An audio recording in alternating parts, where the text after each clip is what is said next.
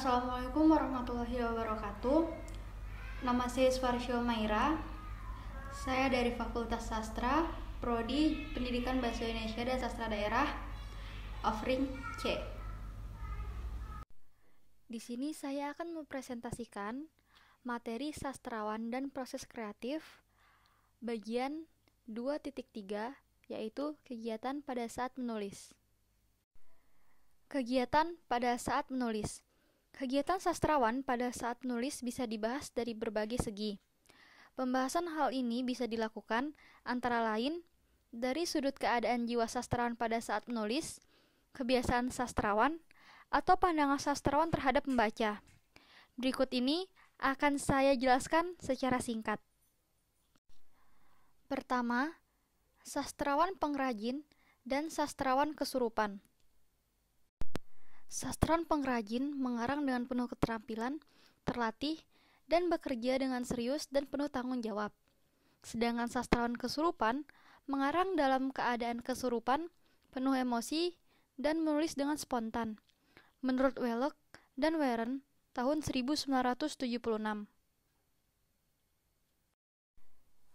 Sastrawan pengrajin.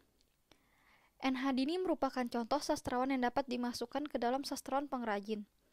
Ia sering mengumpulkan bahan-bahan terlebih dahulu, baru setelah ia mempunyai waktu luang, ia akan menyusunnya menjadi sebuah karya sastra.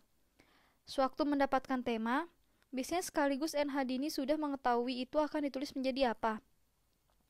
Cerita pendek ataukah cerita panjang? Baik cerita pendek maupun cerita panjang, suatu menggarapnya selalu ada perkembangan baru. Tetapi, ia selalu dapat menguasai tokoh-tokohnya. Demikian pula jalan cerita tidak pernah terlepas dari tangan atau garis yang telah ia bataskan. Menurut Dini, tahun 1982, halaman 113 sampai 114. Sastrawan kesurupan. Nasjah Jamin mengakui bahwa dalam proses menulis, karangan langsung diketik tanpa ingat waktu dan hanya berhenti kalau lapar, minum, atau merokok. Semuanya keluar tidak terbendung. Menurut Rampan, tahun 1999. Begitu terbiusnya oleh suasana menulis, Ali Akbar Nafis sering tidak tahu ada tamu datang ke rumah, lalu pergi lagi.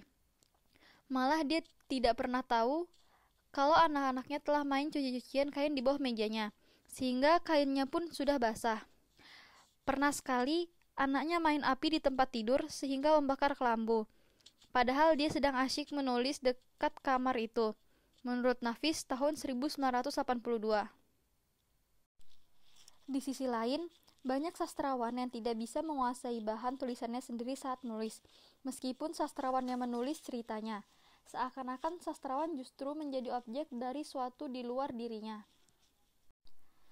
Kedua, sastrawan cepat dan lambat. Budi Dharma merupakan contoh sastrawan yang dapat menulis dengan cepat. Budi Dharma dapat menulis 3 cerpen dalam sehari saat ia bertemu dengan Nugroho. Semuanya dimuat dalam majalah Sastra Cerita. Menurut Dharma, tahun 1995, halaman 30. Novel Olenka tebal 232 halaman, dicetak sebagai buku, diselesaikannya kalau tidak salah dalam waktu kurang dari 3 minggu. Menurut Dharma, tahun 1986, halaman 217. Novel Rafilus sebanyak 186 halaman dicetak sebagai buku, ditulisnya mulai Juni 1985 hingga September 1985 di Singapura. Itu pun terpotong oleh urusan Budi Dharma di Singapura, di Cambridge, di London, di Jakarta, dan di Singapura lagi. Menurut Dharma, tahun 1988 halaman 190. Novel Nyonya Talis tebal 265 halaman dicetak sebagai buku, ditulis di India University Bloomington, Indiana mulai tanggal 9 November tahun 1990 hingga 8 Januari 1991. Menurut Dharma, tahun 1996 halaman 265. Karena sudah menjalani pekerjaan sebagai redaktur di majalah Express dan Tempo, Putu Wijaya terbiasa untuk menulis setiap waktu, efisien kata, dan menulis cepat. Karyanya Telegram, Aduh, dan Pabrik ditulis bersamaan. Novel Telegram ditulis tidak sampai 3 minggu, Menurut Wijaya tahun 1982 halaman 151. Sebaliknya, banyak sastrawan yang dalam karirnya sebagai sastrawan hanya menghasilkan beberapa karya sastra. Sastrawan semacam ini bisa dimasukkan ke dalam kelompok sastrawan yang lambat atau tidak mampu berkarya lagi. Ketiga, sastrawan pemerhati pembaca dan terlepas dari pembaca. Ada sastrawan yang saat menulis karya sastranya sudah membayangkan dan memperhatikan pembacanya. Karena ingin banyak dibaca oleh banyak orang, Putu Wijaya mulai menulis cerpen ke majalah wanita. Ia menulis cerpen berjudul Oke di majalah Kartini. Setelah itu, ia memenangkan beberapa lomba penulisan cerpen di Femina, masing-masing berjudul Los, Kejerit, dan Babi. Di majalah Kartini juga ada cerpennya yang menang berjudul Dompet. Putu Wijaya juga membuat cerpen novelet dan novel pesanan penerbit Kipres. Menurut Wijaya, tahun 1982, halaman 160 sampai 162. Di sisi lain, ada sastrawan yang pada saat menulis karya sastra tidak memperhatikan pembacanya. Pada waktu menulis, Budi Dharma tidak pernah membayangkan adanya pembaca. Menurut Dharma, tahun 1984, halaman 4.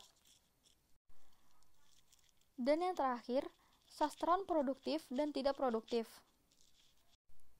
Ada sastrawan yang produktif dan ada sastrawan yang kurang atau tidak produktif. Beberapa sastrawan yang produktif antara lain Sultan Takdir Ali Syahbana, Subagio Sastrowardoyo, Ali Akbar Nafis, N. Hadini, Aji Prosidi, Putu Wijaya, Arswendo Atmowiloto, Denarto, Sapardi Djoko Damono, Zawawi Imron, Abdul Hadi, Sutarji CB, Gunawan Muhammad, MH Ainun Najib, Taufik Ismail, Jenar Mahesa Ayu, dan Seno Gumira Aji Dharma. Sebaliknya, ada juga sastrawan yang memiliki sedikit karya seperti Horizon. Di sisi lain, ada sastrawan yang mempunyai sedikit karya. Ada seorang sastrawan yang hanya mempunyai satu cerpen atau puisi yang berhasil dimuat di majalah yang diakui standar kesastraannya, seperti Horizon. Setelah itu, karyanya tidak pernah dimuat lagi. Sekian penjelasan dari saya. Apabila ada kesalahan kata, mohon dimaafkan.